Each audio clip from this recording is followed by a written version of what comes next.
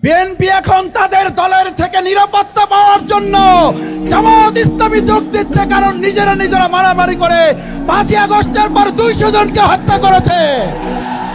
আজ তার দলের কর্মী নিজের দলের কাছে নিরাপত্তা নাই, তারা দেশবাসীকে নিরাপত্তা দেওয়ার প্রশ্নই ওঠে না। 18 বছরের বয়স নেই কোনো ভয়, এই বয়স অন্যায় কোথাও মাথা নোয়াবার নয়। ঢাকা বিশ্ববিদ্যালয়, চট্টগ্রাম, রাজশাহী, জাহাঙ্গীরনগর বিশ্ববিদ্যালয় যখন নির্বাচনের টকশো টেলিভিশনে আপনারা দেখতেন, তখন বলতো বিশ্ববিদ্যালয়ে ছাত্রদল ছাড়া আর কাকে ভোট দেবে, ভোট দেওয়ারই তো কেউ নাই।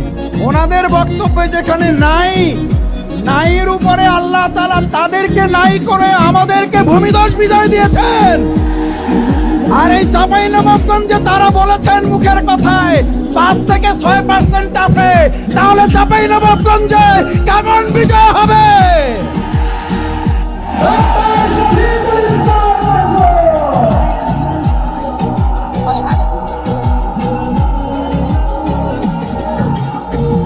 আউযু বিল্লাহি মিনাশ শাইতানির রাজিম। বিসমিল্লাহির রহমানির রহিম। নাহনু নাকুসসু আলাইকা নাবাহুম বিল হক ইন্নাহুম ফিতয়াতুন আমানু বিরাব্বিহিম ওয়া জিদনাহুম হুদা। সাদাকাল্লাহুল আযীম ওয়া সাদাকা রাসূলুহুন নবিয়্যুল কারীম ওয়া নাহনু আলা যালিকা মিনাশ শাহিদিন আশ-শাকিরিন। চাঁপাইনবাবগঞ্জ উন্নয়ন ফোরাম আয়োজিত আজকের এই ছাত্র যুব উৎসবের সম্মানিত সভাপতি অধ্যাপক আবু বকর, আজকের এই তারার মেলার হাটের সম্মানিত চাঁদতুল্য প্রধান অতিথি, চাঁপাইনবাবগঞ্জ সরকারি কলেজের সম্মানিত সাবেক ভিপি, চাঁপাইনবাবগঞ্জ সদর 3 আসনের জামাত ইসলামী মনোনীত সংসদ সদস্য প্রার্থী, আমার একান্ত শ্রদ্ধাভাজন কেন্দ্রীয় নির্বাহী পরিষদ সদস্য, ঢাকা মহানগরী দক্ষিণ জামাতের সংগ্রামী আমির জননেতা জনাব নুরুল ইসলাম বুলবুল,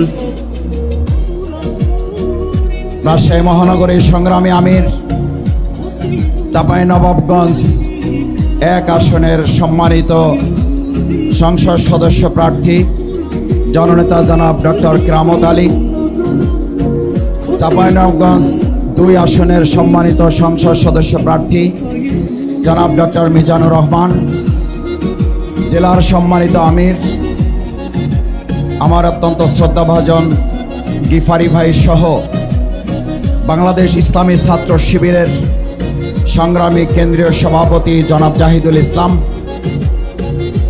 3টি বিশ্ববিদ্যালয়ের সম্মানিত নির্বাচিত ভিপি, তার সাথে আরেকজন ভিপি, আজকে আমাদের এখানে 4 জন ভিপি আলহামদুলিল্লাহ।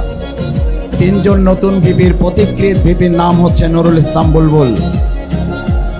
নুরুল ইসলাম বুলবুল 2026 সালের নির্বাচনে এমপি হবেন কিনা আল্লাহ তাআলা ভালো জানেন। আজ আমরা এখানে জনতার এমপি হিসাবে তাকে আল্লাহর কাছে সুপর্দ করে গেলাম।